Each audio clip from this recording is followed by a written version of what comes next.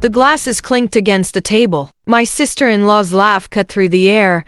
Can you imagine that boy screaming, rolling in the sand? My sister laughed louder, waving her hand like she was dismissing trash. He doesn't understand anything anyway. And my mother, without looking into my eyes, murmured, "Come on, girls, don't talk like that." But the smile at the corner of her mouth gave her away. She was entertained, not offended. My 7-year-old autistic son had become dessert entertainment, and everyone found it funny. Everyone except me. I know that laugh. It was the same one they used against me when I wore the wrong dress to my cousin's wedding. The same one when I brought homemade cookies instead of store-bought to the family reunion. The same one when I cried at my father's funeral while they whispered about dramatic Lydia behind my back. But now it was Simon. Sweet, innocent Simon, who arranges his toy cars in perfect lines and asks me every morning if today is a happy day. He might not understand their words, but I understand every single syllable. The theater of concerned family ended right there. They cut my son, and they didn't realize it was the last cut they would ever make. My name is Lydia. I'm 34, and I've been their punching bag for long enough. This is Revenge with Suzi, stories of silent revenge. Leave your like, and let's get into the story. I should have seen the pattern decades ago. But when you're trained to be invisible, you mistake neglect for normal. Last month was my birthday, 34 years old. The family group chat was active that morning. 42 messages about my nephew's soccer game, dinner plans for the weekend, my sister's promotion at work. Not one happy birthday, not one acknowledgement. But 3 hours after my birthday dinner ended, a quiet meal with just Simon and my husband, my sister-in-law texted privately, "Lydia, we need to talk about Thanksgiving. Can you handle the whole dinner this year? You're so much better at organizing than the rest of us." I stared at that message. They'd forgotten my birthday but remembered I had a kitchen. The pattern was everywhere once I started looking. When they planned my cousin's baby shower, I wasn't consulted about the theme, the venue, or the guest list. But I was expected to bring 3 casseroles and handle cleanup. When my sister got divorced, I wasn't invited to the support circle lunch, but I was asked to babysit her kids for 2 weeks straight so she could figure things out. "You understand, right?" She'd always say. "You've always been more practical about these things." Practical. Their code word for useful but unimportant. It was the same at family dinners. They'd debate vacation destinations while I served food. They'd discuss holiday plans while I cleared plates. If I tried to contribute an opinion, the conversation would pause politely, then resume as if I hadn't spoken. Lydia's always been the quiet one, my mother would say with that dismissive fondness reserved for family burdens you can't quite discard. Simon noticed it too, in his own way. "Why don't they ask you, Mommy?" he said one evening after a particularly excluded afternoon at my parents' house. "Ask me what, baby? What you think? About anything, out of the mouths of babes." My 7-year-old autistic son had figured out what it took me 34 years to acknowledge. I was furniture in my own family, useful when needed, invisible when not. That night, I started a document on my laptop. Not angry letters or confrontational emails. Something else. A record. A reckoning that was 34 years overdue. Because if they thought quiet meant weak, they were about to learn the difference. The beach house group chat appeared on a Tuesday morning. I was making Simon's breakfast when my phone buzzed with a familiar notification. Family group chat. 15 people added. I counted the names twice. My parents, my sister and her husband, my sister-in-law and her 3 kids, my cousin from Portland, even my aunt who never attended anything. 15 people total for a weekend at my beach house, the house I inherited from my grandmother, the house I'd been sharing with them for 5 years without ever charging a dime. 14 names listed for room assignments. 1 name missing. Simon wasn't there. Not forgotten. Deliberately omitted. They'd planned around my son like he was an obstacle to navigate instead of a family member to include. My sister-in-law's message was clinical. Room assignments for the Memorial Day weekend. Everything's organized to maximize space and minimize complications. Minimize complications. That's what my son had become to them. My sister added, "It's honestly better this way. Simon will be more comfortable at home, and we won't have to worry about episodes. They meant meltdowns. They meant the times when Simon's autism became visible and inconvenient for their picture-perfect family gatherings. My cousin chimed in. Smart thinking. Beach houses aren't really set up for special needs anyway. Special needs. Another euphemism for your son doesn't belong here. I screenshot every message. Saved every casual dismissal. The document on my laptop was growing. And with it, something else of clarity I hadn't felt in years. Simon wandered into the kitchen, still in his pajamas, dragging his stuffed elephant. Are we going to see Grandma at the beach? He asked, climbing into his chair. The question hit like a physical blow. He was excited about a trip he wasn't invited to, a family gathering that had specifically excluded him. We're going to make our own plans, I said carefully. Just you and me. Would you like that? His face lit up. Just as plans are the best plans, he said with the wisdom of a child who'd learned to find joy in smaller circles. I hugged him tight, breathing in his sleepy child smell. Yes, they are, baby. Just as plans are perfect. That afternoon, I made 3 phone calls. The first was to a real estate appraiser. The second was to my lawyer. The third was to a friend who worked at a private school to towns over a school that specialized in children like Simon. They wanted to minimize complications. I was about to give them exactly what they asked for. The family lunch happened the following Sunday. I almost canceled 3 times, but I needed to see their faces when they discussed Simon. I needed to witness their casual cruelty so I could remember it later when my resolve wavered. We were at my parents' house, the same dining room where I'd eaten thousands of meals in silence. My sister was mid-story about her daughter's violin recital when my sister-in-law interrupted with the sort of theatrical timing that suggested she'd been waiting for an opening. Speaking of performances, she said, glancing meaningfully at Simon, who was quietly coloring at the kids' table, thank God we planned the beach trip the way we did. Can you imagine the scene? All that screaming and rolling in the sand when he gets overwhelmed. The table went quiet for exactly 3 seconds. Then my sister started laughing, that sharp, dismissive sound I'd been hearing my entire life. He doesn't understand anything anyway, she said, waving her hand like she was shooing away a fly. It's not like he'll miss it. My mother made her predictable attempt at damage control.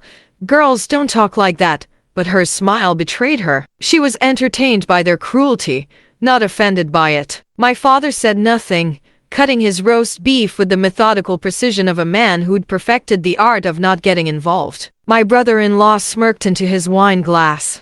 My teenage nephew looked uncomfortable but stayed silent, already learning the family rule that peace was more important than principle. Besides, my sister continued, warming to her theme, Lydia probably prefers it this way. Less stress for her, right? She won't have to chase him around or worry about him bothering people.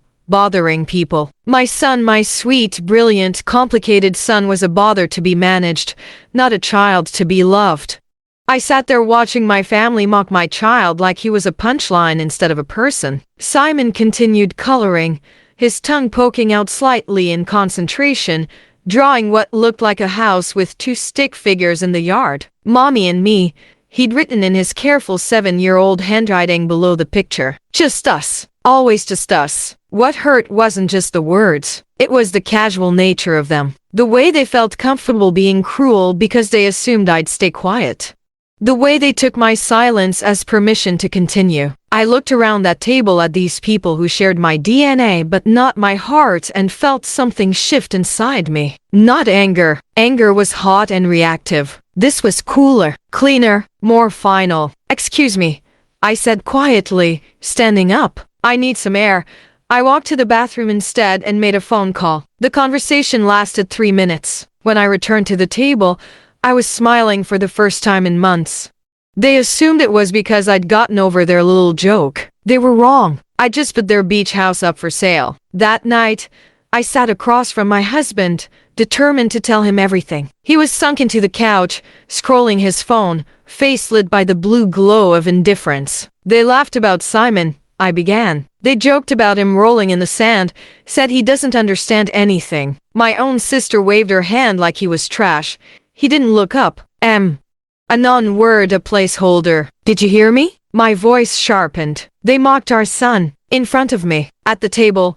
Finally, he sighed and set the phone down like it was a burden. Lydia, You know how your family is. They're blunt. Don't take it so personally. Not personal. My child reduced to a punchline, not personal. They excluded him from a family trip, I pressed. They said he'd be better at home. Like he's a problem to store away. His mouth tightened. Honestly, maybe they're right. He gets overwhelmed. You know how he gets. It's easier if he doesn't go. I stared at him. Easier for who? For Simon? Or for you? For everyone. He snapped. Don't make this a thing, Lydia. Please. It'll just be awkward for everyone if you start a fight. Awkward. Not cruel. Not humiliating. Just awkward. I tried one last time. He's 7 years old. He deserves to be included. He deserves to be defended. My husband shook his head slowly, like I was the irrational one. You always blow things up. Stop being dramatic. Let it go. That word dramatic burned. My family used it for years. Now he wore it like armor against me. The room fell silent. He reached for his phone again, choosing a screen over his son, choosing comfort over courage. From the hallway, I heard Simon humming. He padded into the living room, hair mussed, holding his stuffed elephant. He climbed onto the couch beside his father. Daddy, happy day? My husband smiled faintly but didn't answer. He ruffled Simon's hair and went back to scrolling. No outrage, no protection, just avoidance. Simon slid off the couch and padded back to his room. He didn't notice the exchange, but I did, and I knew, with a cold clarity, that I was standing alone. Later that night, I tucked Simon in. He curled around his elephant, whispering to himself, "Happy day, happy day." My throat tightened. He was innocent, resilient, worthy of every defense, and he had no one but me to give it. I stood there, staring at the rise and fall of his breathing, and made a decision. I couldn't control my family. I couldn't change my husband, but I could cut the cord that kept us tied to people who mocked, dismissed, or ignored us. I whispered to Simon's sleeping form, "You'll never be their joke again. I promise." Then I picked up the phone. A divorce attorney, a child psychologist, a custody specialist, and finally, a moving company. Not rage, not noise, just quiet, deliberate steps. He never asked who I was calling. He didn't want to know, just like he didn't want to fight. But his silence would cost him everything. Dr. Martinez had been Simon's therapist for 2 years, but somewhere along the way, she'd become mine too. When I told her about the beach house incident, the family lunch, and my husband's response, she was quiet for a long moment, the kind of therapeutic silence that lets you hear your own thoughts clearly. "You call it family loyalty," she finally said. "They call it convenience." The words hit like a diagnosis, accurate, devastating, and somehow liberating. "I keep thinking I'm overreacting," I admitted. "Maybe they don't mean to be cruel. Maybe I'm being too sensitive." "Lydia," she said gently, "how long have you been making excuses for people who don't make excuses for you?" The question hung in the air between us. How long? My entire life, I realized. From childhood, when being good meant being quiet. From adolescence, when causing no trouble was valued more than having opinions. From adulthood, when being accommodating became my entire identity. "Simon doesn't understand the specific words," I said, "but he feels the energy. He knows when he's not wanted." "And you?" she asked. "How long have you felt unwanted?" I thought about that question, really thought about it. The birthday they forgot. The decisions they made without me. The conversations that stopped when I entered the room. The way they used my resources but never valued my input. "Always," I whispered. Dr. Martinez leaned forward slightly. "What would happen if you stopped making yourself available to people who don't value your presence?" I'd been wondering that myself lately. What would happen if I stopped saying yes to everything? What would happen if I stopped showing up to places where we weren't truly welcome? "I think," I said slowly, "we'd find out who we really are when we're not trying to be who they want us to be." She smiled, the first genuine smile I'd seen from anyone in weeks. "That sounds like wisdom to me." Before I left, she gave me a referral, not for more therapy, for a lawyer who specialized in family law and had experience with special needs children. "Sometimes," she said, "the healthiest choice looks like the hardest one from the outside, but from the inside, it's the only choice that makes sense." I made the appointment before I reached my car. The lawyer could see me Thursday afternoon. Perfect timing. For the first time in years, I was building something instead of just enduring something, and it felt like coming alive. By Monday morning, my phone was buzzing with notifications. My family's beach trip was splattered across Facebook like a celebration. Photos of them clinking glasses, kids building sandcastles, sunset selfies on the deck of my grandmother's house. They looked radiant, unified, complete. The comments poured in. Beautiful family. Wish I was there. Family goals. Each word was a knife. Not because I wanted to be there, but because they were showing the world a family that didn't include Simon or me. Then I saw it. My friend Sarah commented, "Where are Lydia and Simon? Didn't they come?" 3 hours of silence. Then my sister-in-law finally replied, "They had other plans. Worked out better this way, more space for everyone. More space." My child turned into clutter they were relieved to clear. Minutes later, my sister chimed in, "Lydia's always been a homebody. This chaos isn't her thing anyway. Not my thing." They were rewriting the truth in real time. My silence was being twisted into preference. Their cruel I took screenshots. Every comment, every lie. The folder on my laptop grew heavier, not with revenge, but with record proof of who they really were. When they thought no one would chaw that afternoon, my sister called. Her voice was syrupy sweet. "Lydia, I hope you don't mind, but the house was perfect. The sunset fro, I'm sure we left it spotless." She had yes, cleaner, like they'd scrub and we were thinking. She continued, tone casual, "I watched Simon on the F. We won't be a pause on the Lei wow." After the call, I opened tea later that night. They had tea and I had my cut, not legal papers. Not as dramatic as they thought. I'd stay invisible forever. They didn't realize silence can be the loudest rejection of all. They had their trip. They had their laughter. 6 months later, I was making Simon's breakfast when my phone buzzed. A text from my sister. "Mom's birthday is next month. What time should we expect you?" Not "would you like to come?" Not "can Simon handle it?" Just expectation, like I was still staff for their show. Delete. An hour later, "Did you see my message about Mom's party?" Delete. By afternoon, my sister-in-law wrote, "Should I just plan around you not coming?" Her irritation couldn't hide her relief. Planning around us was exactly what she'd always wanted. Delete. By evening, my mother herself, "Lydia, honey, I don't know why you're ignoring us. This isn't like you." But it was exactly like me, just not the version of me they'd trained to serve. I set the phone aside and looked at Simon. He was arranging his toy cars in perfect rows on the coffee table, humming his soft tune. He glanced up. "Happy day, Mommy?" "Yes," I said, and realized it was true. Happy day.